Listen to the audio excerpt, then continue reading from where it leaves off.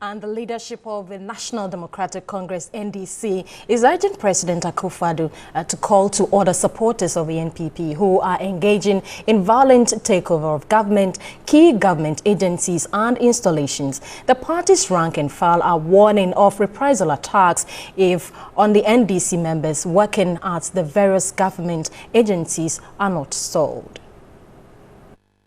There have been reports of forceful takeovers and seizure of government institutions in part of the country by alleged NPP supporters after the inauguration of the president.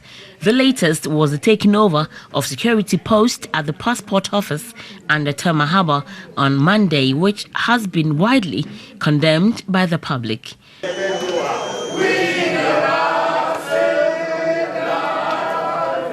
Addressing the media at the NDC headquarters in Accra, the chairman of the party, Kofi Potoffi, regretted what he described as mayhem on innocent Ghanaians by the invisible forces of the NPP.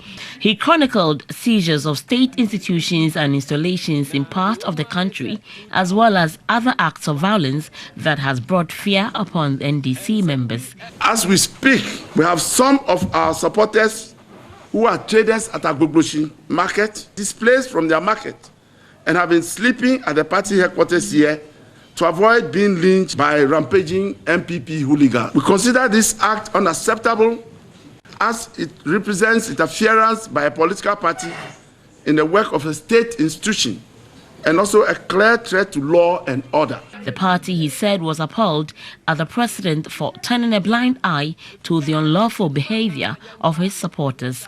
Is Nana Addo saying he is not aware of the ghoulish conduct of his invisible forces? Or is it true that what we are hearing, that the invisible forces are working with the tacit approval of their boss, Nana Addo? The beastly conduct of Nana Addo's invisible forces will no longer be countenanced.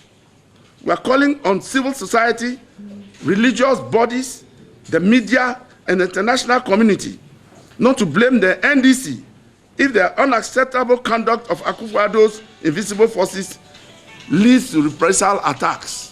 On the accommodation for President Mahama, which he considered an exhibition of extreme bad faith by the NPP administration, he said it was a crude attempt to divert attention from the gross embarrassment the president had brought upon the country following the plagiarism allegations in his inaugural speech. General Secretary of the party, Esiedun Ketia, said this was to be expected.